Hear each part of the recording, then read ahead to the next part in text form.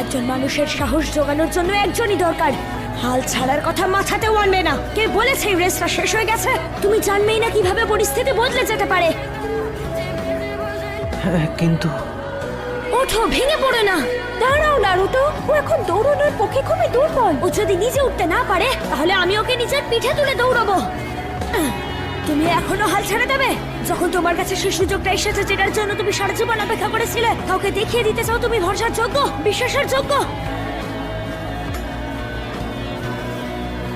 এখানে এর চেয়ে দ্রুতগতির নৌকো নেই।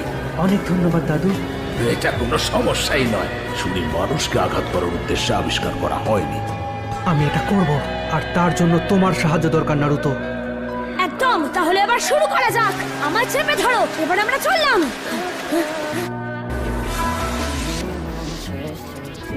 অত উপরে উঠতে হবে এখন। হ্যাঁ, ওটা তো বেশ শুনছু। কতগুলো সিঁড়ি রয়েছে ওখানে। আমি সঠিক জানি না, সেই জন্যই ওরা এই সিঁড়িগুলোকে দ্য স্পিরিট ব্রেকার বলে ডাকে।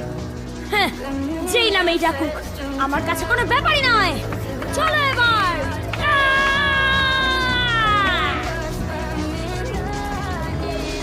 ওসব নিয়ে আমি ভাবি না।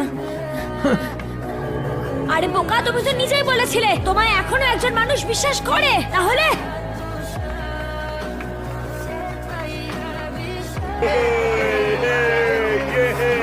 অবিশ্বাস্য, আমরা এসে গেছি।